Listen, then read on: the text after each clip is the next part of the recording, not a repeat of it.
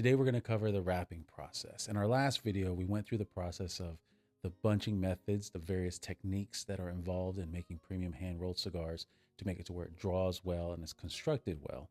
Now we want to make the cigar beautiful, and that's going to come from the wrapper leaf. Now there's different types of wrapper leaf, and I'll give you a couple of examples here. Here we have a candela.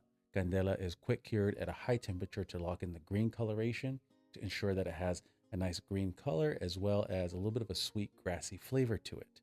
And then from there, we're going to go into a Connecticut wrapper. Sometimes you'll see Connecticut wrappers used in a barber pole like this one here, where you have a contrast of the Connecticut, which is the lighter shade, and the Maduro, which is a darker shade. So you get a nice barber pole effect here. Now, ideally, in a barber pole cigar like this, each of these wrappers is going to contribute to the flavor profile of the cigar.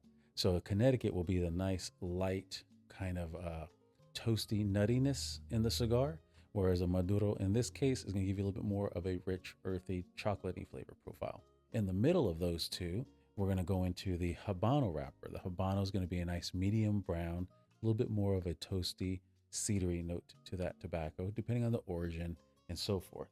And then, of course, the darkest is going to be your Maduros and your Oscuros.